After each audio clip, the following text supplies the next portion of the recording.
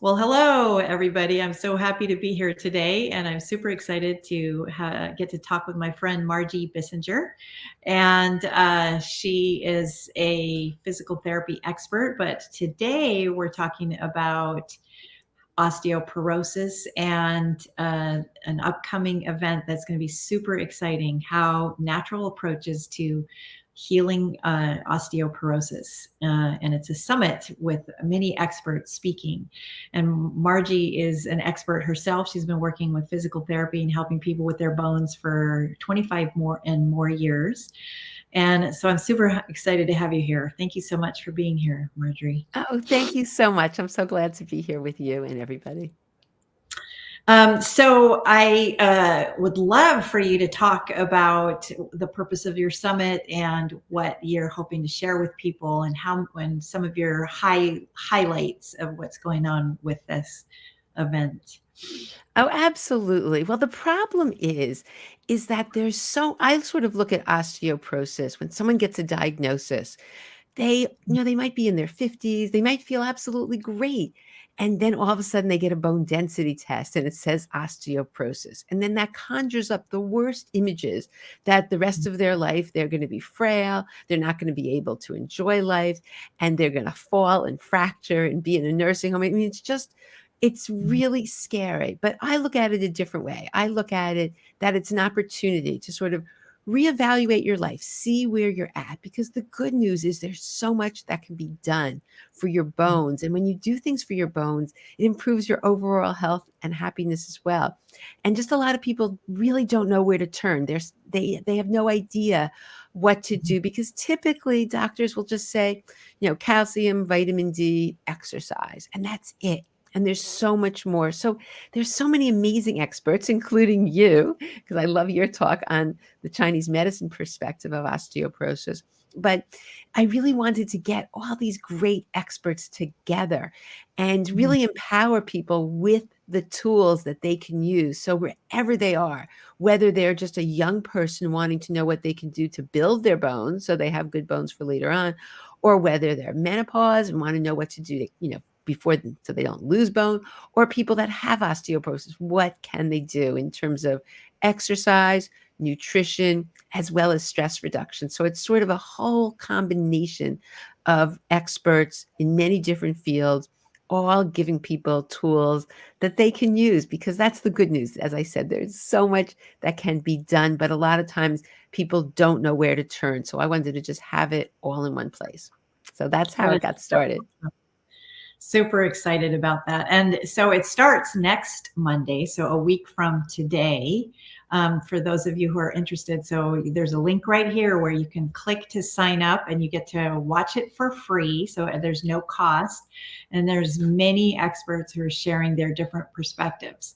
But I want to ask you a couple of specific questions, things that have just triggered me and things that my patients ask me. One of the things is, what is the right kind of exercise to help people have healthy, strong bones?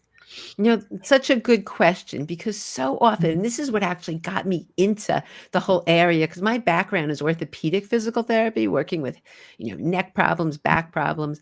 And a group of physicians approached me if I would see their patients. And when I did, and they had, with osteoporosis, people just didn't know where to turn, and they were doing exercises that actually increased their risk of fractures. So what the research has shown is that the bones respond to the forces placed upon them.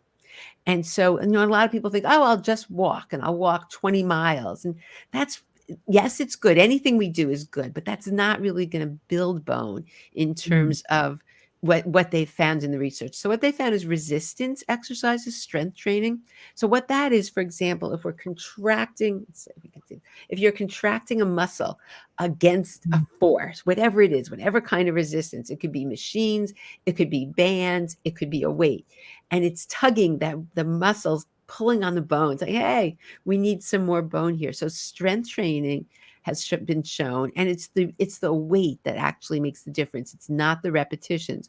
So they found doing, maybe 8 to 10 repetitions is most Mhm. effective with a higher weight. But again, I stress I think the best thing people can do is to see a physical therapist and really get an individualized program, because so often friend will say, "Oh, well, this worked for me."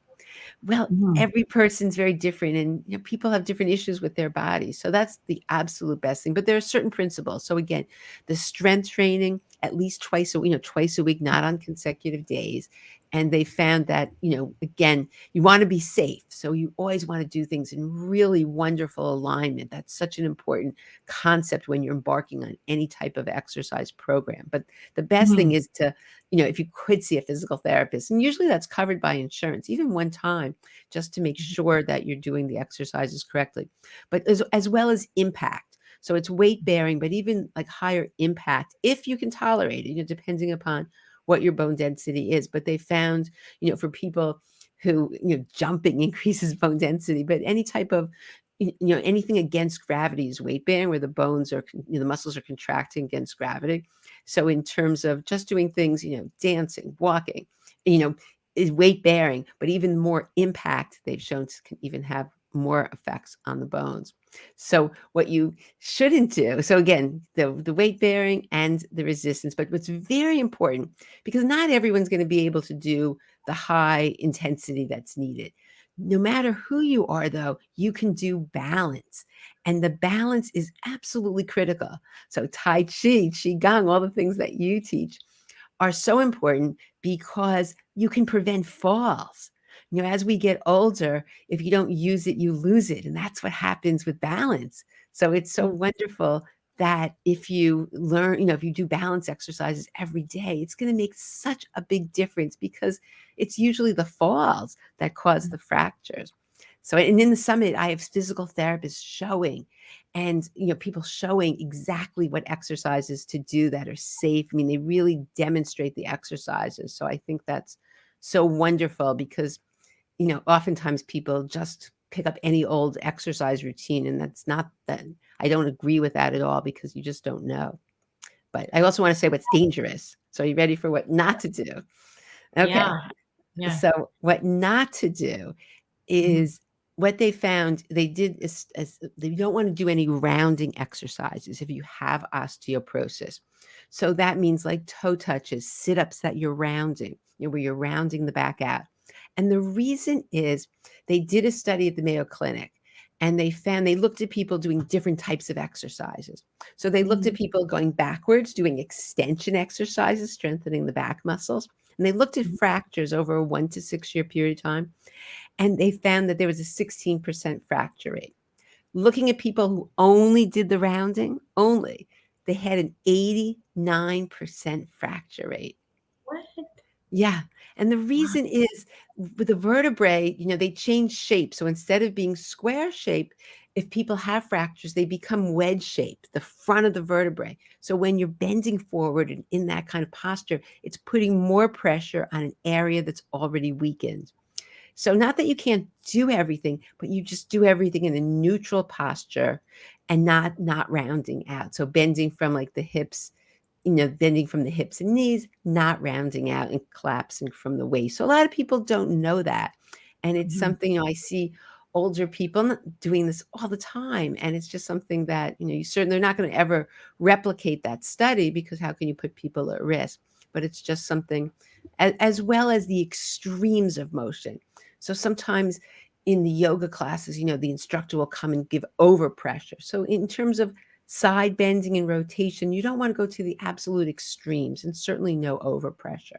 So those are the basic things in terms of exercise. But again, the good news is so much can be done, and when you do strength training at all ages, that's the beauty. The research has shown that people of all ages can do it. You feel empowered. You feel so great. It's just such a win-win. And so that's the nice thing, because a lot of times I'll see people who are couch potatoes, and they Mhm. have to do this exercise, and all of a sudden, they've never felt better in their life.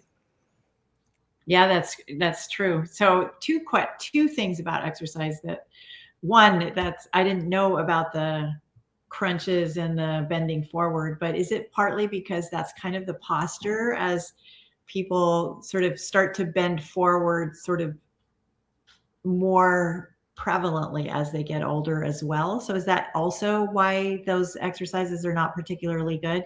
Because we always kind of bend forward, but maybe we don't spend as much time bending backward and strengthening our back muscles. Do you I think? think the Or I think the reason is that, I mean, that's a really, really good point, and posture is so important because just like we said, we don't wanna do these rounding exercises, but yet there are people who spend their entire day in that slouch rounded posture, so it's so important. So, I think what happens is the wedge fracture is at the front of the vertebrae mm, becomes more compressed, and yes, it may already be more compressed because just like you said, because of the posture. But I think a lot of people don't realize it's not the fractures don't occur in the back of the spine. You know, if like you feel your back, it's not there. It's the front part of the vertebrae that ends up getting that wedge shape. So instead of being square, it's compressed. But I yeah, do agree that that's a very, very good point because so many people spend their whole day there. And so it's certainly mm, going to affect your spine. for sure. Yeah, yeah. So, and then the other thing is that for at least here, I don't know if this is very prevalent, but there is a type of exercise called slow fit where you do very like strong lifting very slowly. And they say, the people who promote this, that it's really good for your bones. And it makes sense to me because there's so much care taken to make sure people don't get injured. So have you got anybody talking about that kind of like weightlifting that's very heavy, but very, very slow? Yes, that's a very good way to build bone. Again, under supervision though, because I see so many people who just they want to do everything and they end up hurting themselves. You have to just be so careful that your posture is right and with the right person, that's Mm, fantastic. And that's what the research has shown that this type of lifting, slow, controlled, really generating forces, yes, that's what really helps the bones. So people in the past, they used to think, oh, that would be just too much for someone with osteoporosis, but they haven't shown that in the research, just the opposite, that people yeah, do well. But it's really important not to embark upon this by yourself to really make sure that, exactly. Exactly. and at least initially. Yeah. Those are the places that I'm talking about. They're gyms where there's a trainer that works with you the whole way through. And it's actually a fairly like short, you go there for 20 minutes and they have you go through a certain set of exercises and they watch you the whole way through. And it's something I did for like a year and a half just because I kept injuring myself. I don't have osteoporosis, but I kept injuring myself. So I have fussy ligaments. And did it make And a difference? it did. It helped me strengthen those muscles. And so I so much agree that strength is such a vitally important part for so many reasons. As we get older, we need more strength to support our structure. Yeah. Absolutely. Yeah.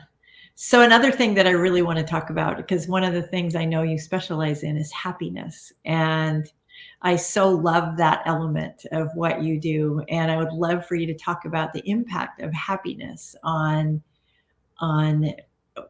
not just bones, but your whole health. And Yeah, sure. So it's very interesting because way back, we're talking now 35 years ago. And yeah, so I'm working as a physical therapist and I'm working with chronic pain. I'm working with these patients who have neck pain, back pain, TMJ, and they're miserable, really, really unhappy and miserable. And I had just gone through a bad situation in a relationship. And people are like, Margie, you're so happy. What's your secret? And I thought if they only knew what I just went through, I don't think they would say that. But then it hit me that I actually was happy and that it's an inside job, not based on outside circumstances. And mm, so I thought, you know what? Everyone's so miserable. What is it that got me through? And I realized now I call them happiness habits. But at the time I didn't know. And I said, you know what? I'm going to just start teaching people some of these mm, things that helped me. And I couldn't believe what started happening. All of a mm, sudden, neck pain, back pain was getting better so much faster than with just, convention, just just basically traditional Yeah. physical therapy. And Mhm. then people started, when people get happy, it's just amazing. You start seeing their eyes light up and they have more passion for their life and just everything gets better. So since that time, I've just made that part of everything I do. I've gotten a lot more training. I studied positive psychology and I worked with people on teaching happiness and I teach a whole happiness class. But I've seen that to me, this is the foundation because and they've Mhm. done the good thing with the bones is that they've actually shown people who are happier and more content with life have increased bone density. Because it's sort of, Mhm. if you're happier, you're going to embark on healthy lifestyle. And if you're have a healthy lifestyle, you're going to be happier. It sort of goes together. But I really believe there's things that everybody, they found that there's a happiness set point. Like everybody has their own set point. And the best news is the research has shown you can increase that no matter where you start, even if you're a glass half empty person, it doesn't matter. And that's what's been so much fun. And it's actually part of the program since it's such a big part of the work I do every day I teach a happiness habit and then I introduce the speakers for the day. So people attending will get 7 happiness habits plus a journal that I created on happiness habits as well. It's just one of the free gifts when you sign up. But and I've just seen in my whole career, just every single thing when people increase their happiness, their health improves. I Mhm. mean, they've done studies also that people who are happier live 9 years longer on an average. They sleep better. They have significant improved immune, like 35% reduced risk of getting sick, so everything, it's really such a win-win situation. Who doesn't want to wake up happier tomorrow than they were today? I so agree with you because I have certainly had my times where I didn't feel happy in my life, and it really is something that we have control over. Even when we're having a difficult time, we do have control over our happiness if we can find habits that will help us improve that. So, although there One are other some, thing though, yeah. yeah, Now, one other thing I just want to mention, the definition of happiness that I'm talking about is not walking around with like a fake smile 24/7. That's yeah, not it. It's a deep sense of inner peace and well-being, regardless of your circumstances. And then I added one piece to that, also living your life in color, because so often, we just like take the fun out and people living like black and white, and you don't have to do that. But that's what I'm talking about. It's not just, oh yeah, Pollyanna, everything's great. That's not reality. It's just having that deep sense of peace and well-being.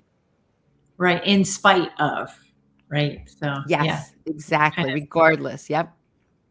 I like that whole in how do I say it? It's not it's an inside job. Yeah. So I can speak English. Yeah, because so many people think, the funny thing is so many people think, oh, I'll be happy when I get that new job, or if I change husbands, or if I make more money. They think it's the circumstances that's going to Yeah. bring happiness. But when they've done the research, 10% of the happiness set point, that's it, is based on circumstances. 10. So that's not it at all. And so many people like live their life like that. If only I made a little more money, etc. Yeah. Right. Exactly. Yeah. So, is there anything else you would like to share with our audience today before we close our chat? Yeah, I just want to say in terms of the bones that all the things that affect the bones affect Mhm. everything else. So when you learn what to do for your bone, because the bones aren't in isolation, and just like you teach, everything's connected. And Mhm. so when you improve your diet, when you exercise, when you reduce learn techniques to reduce your stress and increase your happiness, your bones improve, but everything else improves as well. So it's just such a win-win situation. And as I said, to just look at any of these things as an opportunity to just make some positive changes in your life. Right. So I'll just going to add a little comment from my end that in Chinese medicine, the bones are ruled by your kidneys, and your kidneys are the deepest energy, and they're also the source of your life force energy in Chinese medicine. And the kidneys rule your low back, your knees, your bones, your overall sense of having energy and big transitions in life. And so if you think about it, your bones are not only are they the deepest energy, but the kidneys are the deepest energy, but your bones are kind of the deepest structure, and they are what hold you together. And so think about it as a support in your life. And so feeling supported in life and creating support in your life on a deeper level will also help your bones.